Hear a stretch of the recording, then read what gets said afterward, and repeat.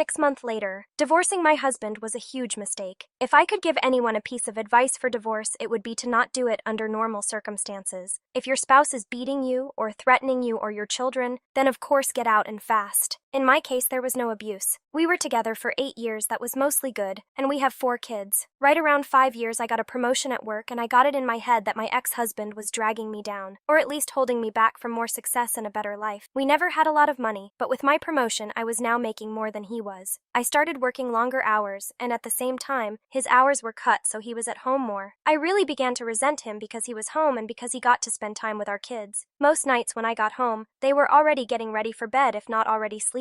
After a few months of my new job, it was clear to me that things were not going well at home without me there. Some nights the dishes weren't done when I got home, or the kids hadn't eaten, or whatever else I could think of to be mad at him about. It really didn't matter. He kept saying that he would try harder, but that it was hard being home all the time. That always made me really mad. For the next couple years, things kept getting worse. My hours weren't any shorter, and his were on and off full-time. There was no convenient time for him to be working full-time because of my hours, but we also needed the money. Whenever he would tell me that he could get extra hours, I would always complain. And the less hours he worked, the more I complained that he wasn't bringing in enough money. Whenever he brought up the contradiction, I would tell him that he needed to figure it out. I knew that it would bother him, so I started saying that a lot and for everything that I could. I really started to resent him, and I pulled away from him. I knew that it was hurting him, but I didn't care. If he didn't want to be hurt, then he would at least try to make me happy. I used that same thing to justify when I started to talk to another guy at work. I thought he was just a friend, but talking at work turned into texting at home, and then pictures and videos, and then trying to sneak some alone time with him. I knew that it was wrong, but it made me feel so alive, and my husband had not made me feel like that in years. I was tired of being unhappy, and I was doing this for me. The worst was the night that I came home at a reasonable time and found that he had cleaned the whole house, cooked the whole family dinner, and picked out a movie for all of us to watch together. This would have made me swoon a couple years earlier, but that night I couldn't even look at him, and I pretended to be sick. I spent the rest of the night in bed while he waited on me and checked on me, and even made me different food and brought it to me in bed. It made me feel terrible, and then it made me angry that he made me feel that way. And by the end of the night, I was texting with the other guy. Over the next month or two from that night, it did not matter what he did. He was wrong just for breathing most days. He would get so upset with how I was treating him, and I would just wait and egg him on into losing it because I knew it would happen eventually. After most of the fights we had, he would apologize for whatever I told him he did wrong, if there even was something. But I never did. I would usually find a way to make him feel even worse. I knew that I was right because he was wrong, and that was all that mattered to me. I even pretended that I didn't care when he found out about my relationship with the guy from work. It really destroyed me inside to see him holding back tears, but I wasn't going to let him see that. He was at his weakest, and that was when I chose to tell him that I wanted a divorce. I could almost hear his heart shattering inside his chest. He talked and fought and said that we could work through it together. I really wasn't interested in fixing our marriage, but I mostly ended things with the other guy, but only because I knew I could get it back if I wanted it. I could see that he was trying, and occasionally I would let him know, but for the most part, I kept being a huge beach to him for any and all reasons that I could think of. I'm not sure how much more the man could have done to make me happy besides finding a job that paid enough for me to not have to work at all. He said that he was looking, but looking and finding are two different things. It was around this time that I discovered this group and a few others. I started posting things about him, from my perspective only, and I got so much positive feedback for how I was feeling that I knew I was right. The more I posted, the more validation that I got. It wasn't just me who knew that ex-husband wasn't worth keeping around. I had the whole internet telling me how terrible he is. I started saying awful things to him and even outright ignoring him. I was so confident with mine and everyone else's opinion that I contacted a lawyer, and within a couple weeks had filed for divorce. I continued to use this site and a couple others to validate my feelings, and for encouragement to go through with it, and finally it was done. It went pretty smoothly. Ex-husband didn't ask for much besides to not get divorced and to try to work it all out. I didn't care about that though. He was broken, but I was free. I could do whatever I wanted without having to feel any guilt or answer to anybody. It was an amazing feeling of freedom. It didn't last long though. In the first month after he moved out, I missed garbage day 3 times. There was also rarely a single clean dish, and the laundry sat in piles so long that I had to start doing the sniff test to see if it could be worn again. I also never saw my kids more miserable. My oldest had seen some of the messages from the other guy months earlier, and she knew that ex-husband still wanted to try to work it out. It didn't take her long to stop talking to me at all, except to say that she wanted to go to ex-husband house. The others all told me that they wanted to live with ex-husband too. I did my best to try to make them happy, but I ended up just buying them toys all the time, and the happiness only lasted minutes. I also was having a lot of trouble with work. Being alone, I couldn't work all those extra hours that I was expected to. I finally gave in and started calling ex-husband to watch the kids. He would always come over as soon as he could, and he always asked me if I needed anything. When I would get home, I would find clean dishes and laundry and even dinner sometimes. He would never say too much after I got home. He would just say to call him if I needed anything and leave. One night, he took out the garbage and brought it to the curb because it was garbage night and I forgot again. He always looked so sad when it was time to go. Finally, after a couple months, my friends convinced me to go out on a date. It was for dinner and a movie, and I was excited and hopeful, but at dinner I started getting a feeling of overwhelming guilt. It got so bad that I ended up not even going to the movie. A week and about 1,000,000 tears later, I was on a therapist's couch. I told her everything that had happened, starting with the promotion that I got at work. She did not agree with me or with any of the encouragement to divorce that I got. I ended up in her office 2 and sometimes 3 times a week, and the more that I talked to prove that I was right, the more that I started to see how wrong I was. It was truly heartbreaking. I don't know if I cried as much in my whole life as I did in the first month in her office. After about $2,000 of therapy sessions, I learned that my ex-husband had his faults, but I figured out that mine were so much worse. I did so many awful things and said awful things that I wouldn't want to be with me, but he did. I still remember him asking me in the meeting with the lawyer to please not go through with it. I did go through with it though, and then later I bragged on here how great it felt. I was so wrong, and now I can see it. A couple weeks ago, I went outside with him when he was leaving the house. I asked him about getting back together. When he looked at me, his eyes were full of tears and a couple went down his cheeks. He told me that he didn't know if he could. He said that the pain has been too much for too long, and that if we got back together that I might just turn around and do it to him again. He said that he always thought that I would realize how much he loved me and stop up until I signed the divorce papers and let out a big over-exaggerated sigh of relief. He said that hurt him more than anything else, and that he doesn't know if he can ever trust me again. I don't blame him. I destroyed a man who, looking back, was a great husband. I deprived my kids of having a great father in the house with them, and I took his kids away from him. And me, the one who pushed for the divorce expecting happiness and a life of freedom, spend all my free time sitting at home or sitting on a therapist's couch.